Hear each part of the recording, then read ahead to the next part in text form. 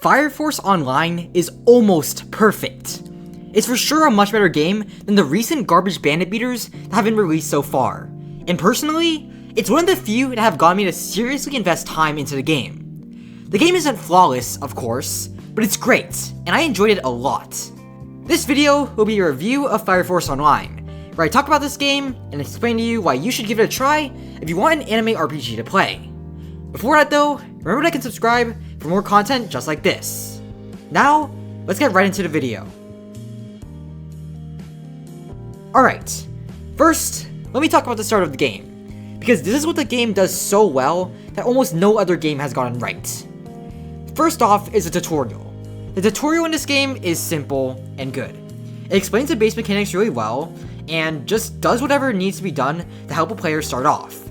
It's not overcomplicated or anything else, and it doesn't take that much time either. Other games do tutorials fine though, so this isn't really the thing that stands out about this game that makes it really good. But it's something I do need to mention, because a good tutorial is vital for a good game. The main thing I want to point out though is early game progression being very streamlined and simple, without being too much of a hassle. I really like the way this game handles early game progression, because most other games screw this up horribly. Games like Project Slayers, Project Mugetsu, Blox Fruits, and pretty much every single bandit beater RPG that we've gotten so far basically just start you off the same way. You get a quest to kill 5 bandits, you kill 5 bandits, and you do that 5 more times and then repeat the whole cycle over and over again. But here, they actually try something different. They let you talk to an NPC, and an NPC directs you towards 2 other NPCs that give you their own faction quests, so you can have like a little chance to see what each faction kind of gives you. And that's actually pretty unique, because in other games with like their own factions, you're kind of just thrown to the wind. Like, I played Type Soul, which I'd say is actually kind of similar to this game, and that game throws you to the wind completely. The only advice they give you is, hey, if you want to become a Hollow, press Ctrl K. But here, they actually kind of give you a guide as to where you can find your faction NPCs, and how to get started with becoming either a Whiteclad or a Fire Force member. Now, I'm going to mention here that I decided to go through a playthrough of this game as a Fire Force member, so I have no idea how the Whiteclad goes, but I'm pretty sure the experience is similar enough that my points still stand. So, let's continue. That's something I really like about this game, because directing you to the 2 faction NPCs makes the progression a lot easier, so you don't have to waste time searching for the NPCs to do your quest. Since the progression since the game lets you know where you want to go first, I was able to progress pretty quickly at the police station to become a Fire Force member. So I just did the quests, and what also stood out to me was that the quests they give you at the beginning of the game actually are different. Like, they switch things up. The first quest was a chore. You just clean up the police station. But after that, they have you do another chore and then another different chore, and even though they're chore tasks, the fact that they're all different and they don't have you doing a ridiculous amount of them really does actually help a lot. Like, them making it so that every single task is different really does mean something, because otherwise it just gets way too repetitive and very boring very fast. So you're actually inclined to do the tasks because it's something new. And that's good. It's something I wish more games did, and I really wish I didn't have to say this is something unique, but hey, it's unique, and it's something that this game does that basically no other game on the Roblox has done so far. So kudos to this game for taking the chance to take a risk and actually do something unique with their game instead of just going with the same cookie cutter bandit beater crap that we've had so far. And I think it's better for this game to do that too, because they don't have the graphics that like Project Slayers or Project Mugetsu have to like carry them past the crappy gameplay and the pay to win stuff. So by making their gameplay unique, they've managed to save themselves from falling into the same fate that Pixel Piece has fallen into, where their whole game just dies immediately. But I digress, so let's go back on track. The early game progression picks up from there, and from there you basically just go into your faction. For the Fire Force, there's an NPC that like directs you to where you go to get into the Fire Force, and for me, I had to do this actually pretty interesting exam where they basically tell you some stuff at the start, then ask you a question about the stuff they said at the start, and if you fail that, you're screwed. You get kicked out of it. But after that, they do some more dumb exam stuff, and then you get to fight an NPC to like enter the faction. And I think that's pretty cool that they have like an exam. Like, I think it's pretty cool that they have an event to join the faction, because while there are other games that do that, like most Demon Slayer games where they have their like final selection thing, this one actually like is simple and quick and also kind of entertaining in a way, because it's not like because it's not boring, and they switch it up enough to not be boring. Like, they have 3 different tasks you have to do, and all of them are very, very quick. Like, it doesn't take a ridiculous amount of time to do it. In other Demon Slayer games where they have that little final like selection thing to like become a Demon Slayer, they usually do it like this. You just kill 18 demons and now you're done. But with this game, they did something new and made it not boring as hell. So again, good job on the developers for that. So other than that, the combat in this game is pretty well made and fun, with a bunch of different mechanics that actually work really well together. So basically, you have your aerial M1s and aerial M2s, and then you have your like ground M1s and your ground M2s. Ground M1s just make you punch forward, and your ground M2 basically just makes you do a really heavy punch, and then if it hits anyone, it either knocks them back or guard breaks them. Meanwhile, with the aerials, the M1 aerial lets you chase runners, which is actually really cool. Like, having a gap closer like by default is something I really wish more games had, because runners are an absolute pain in the word I cannot stand this channel without getting demonetized, because it's really painful to deal with them. But this game having something that deals with runners is very nice. And meanwhile, the aerial M2 is basically like an iframe thing. Like, you go into the air and then you just slam down. That's pretty cool. It's not technically iframes because you can get cancelled at the start, but once you're in the air, you're kind of invincible. So it's like a good little counter move, I'd say. If someone's rushing you down, you can like pop it, and then like if they're still below you, they're gonna take damage. It's actually pretty good. So it's nice that they have all of these different mechanics that have their own special purposes, and they also have blocking too and countering.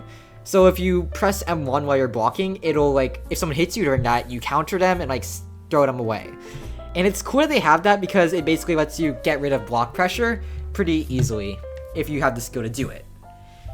Anyways, other than that, there's also the skill tree, which is basically one of the main parts of entering the game. You can either get 3 different generations, Generation 1, Generation 2, or Generation 3.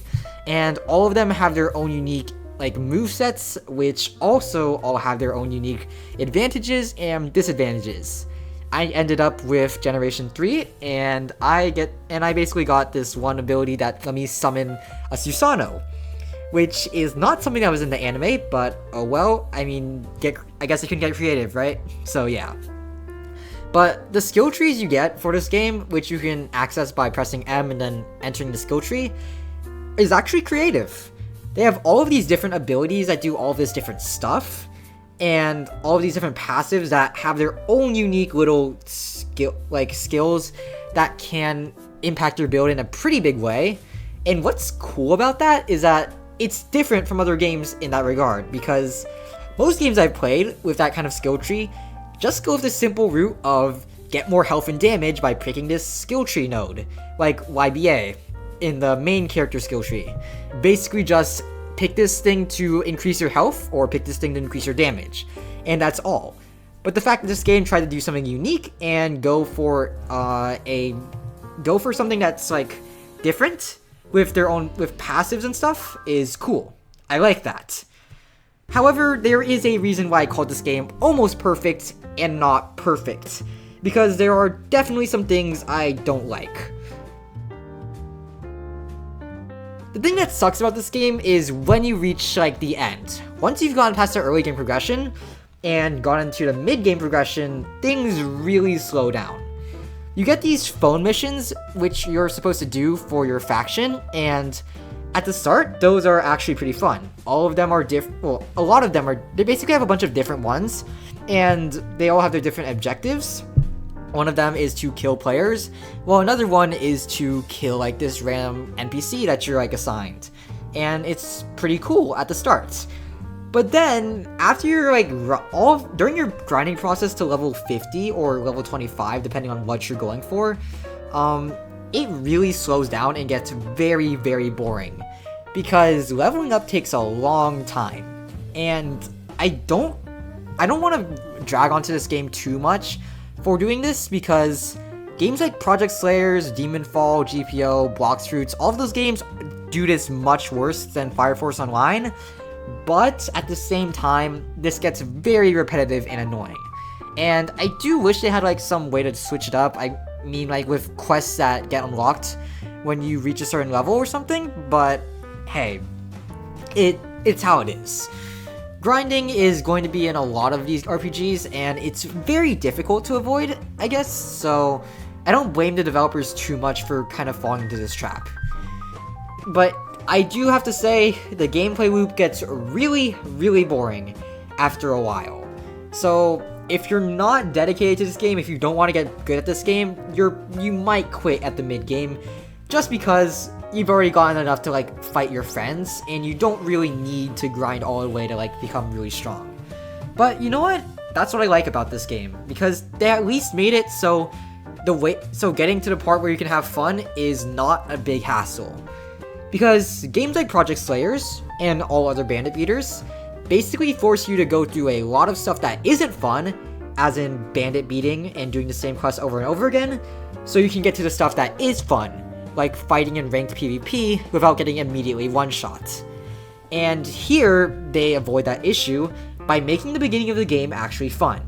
So that's what I like about this game. They did that, and they did something different, and that's what makes it good. Fire Force Online by no means is a perfect game. They've got plenty of their own issues to sort out, but they have definitely done something different than other Roblox bandit beaters on the platform, and made something unique that actually ended up being fun. And that's why this game is the only RPG so far that I've actually enjoyed in a very, very long time. Because recently, we've been getting a lot of really boring stuff. We've been getting this exact same bandit beaters over and over again that don't do anything different. I could literally play Project Slayers and then go play Project Mangetsu and get the exact same experience. They're both literally the exact same game. Like, there's no difference between them except the anime that they're based on. And that's kind of ridiculous in a way, because all games should kind of aim to be different. They should all aim to offer something unique, but most of them don't. And Fire Force Online being one of the first to like do that kind of hurts, because I really wish it wasn't. I wish there were more games that did what Fire Force Online did and tried to be unique and tried to make a game that has its own gimmick. But sadly, that's not the case, and Fire Force Online just had this happen. It has to be the first one to have it happen. So yeah, as much as I wish other games tried to be unique, this is what ended up happening. This is like one of the few games where they did something cool and special and tried to break free from the bandit beater standard. At least until the mid-game, where they kind of fall back into that, but just like a little bit less repetitive with random quests. So yeah, let's wrap this whole video up. Fire Force Online, in a nutshell, is just a good game. It tried to break free from the bandit beater formula, and succeeded, at least at the beginning. It has an actually good start, unlike every single other anime RPG, and doesn't make you go through a lot of annoying crap to actually have fun. It only took me about a day to get to a point where I had a move I could use, and even then, with the combat being fair and equal with no big stat differences, I could still beat people higher level than me by just outskilling them. In games like Project Slayers, GPO, or Project Mangetsu, someone can just M1 you 5 times and you're dead, or you could literally unleash every single move you have and not do a thing. Fire Force Online broke free from that with very small stat boosts and progression, so that if your opponent really sucks, it's actually possible to beat them. Anyways, that's all I have to say on the game. I really do think this game deserves its popularity way more than Project Slayers or GPO, because it did something cool. Now, we've reached the end of the video. If you enjoyed watching, consider liking and subscribing for more content just like this. As always, I'm New Eternally, and I'll see you next time in another video. Bye.